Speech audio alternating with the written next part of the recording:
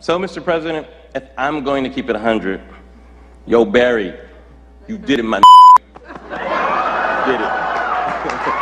Thank you very much. Good night.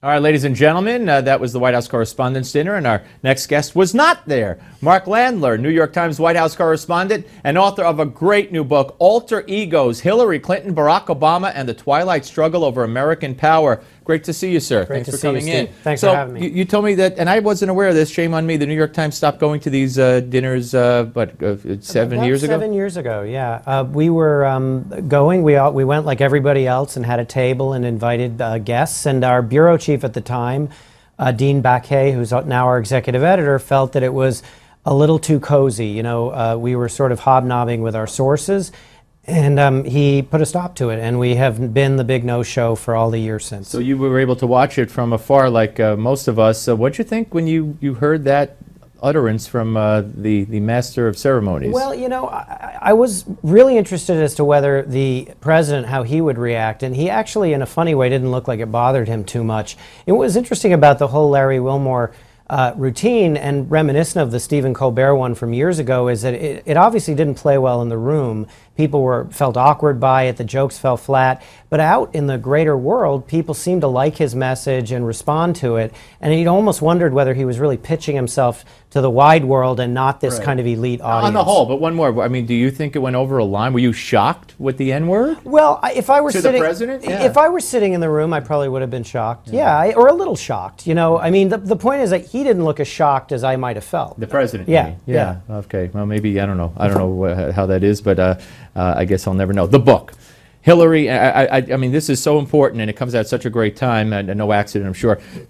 Talk about the difference between Hillary and Obama.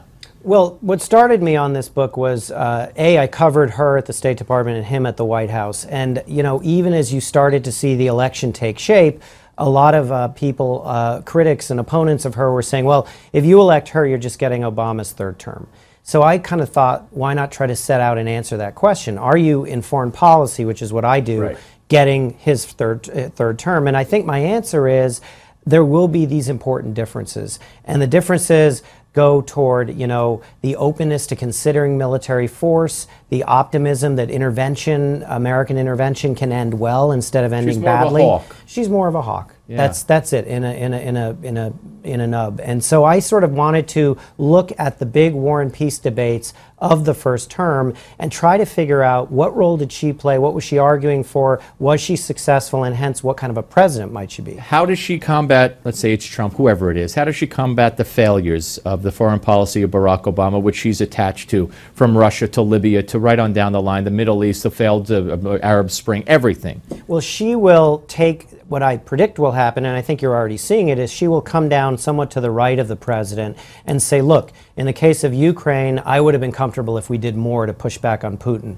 In the case of Syria, I would have been open to arming the moderate rebels way back in 2012 when the president wasn't. In the case of Syria, Libya, now that's obviously a difficult one for her because she's very identified with that intervention. It was really her that persuaded the president to do it. I think you can already see the outlines of how she'll defend herself. She'll say, look, it's a work in progress. It may still work out. These things take a long time. Don't judge it right now. And besides, Sidney Blumenthal wanted me to do it. Right. She won't say that. She won't say that. You believe that, though? I believe that Sidney Blumenthal was very important in influencing her, in particular in the aftermath of it, in making sure that she positioned herself correctly and taking credit for it. He was one of the people who said, look, when they finally get Gaddafi, you should go into the driveway of your home and give a press conference. You need to be established in this historical moment. So I think, you know, as with a lot of her other advisors, they thought this was going to be a big victory. What was his interest? Financial from the beginning? You know, I was not able to determine that he had any direct financial interest. I, you know, wasn't able to ask him because he didn't speak to me for this book. So I don't know the answer to that. He was also, you remember, passing along intelligence from an associate of his, a guy named Tyler Drumheller. Mark Landler, the book, Alter Egos. Thank you so much, sir. Thank you for Great stuff in there. We're coming back.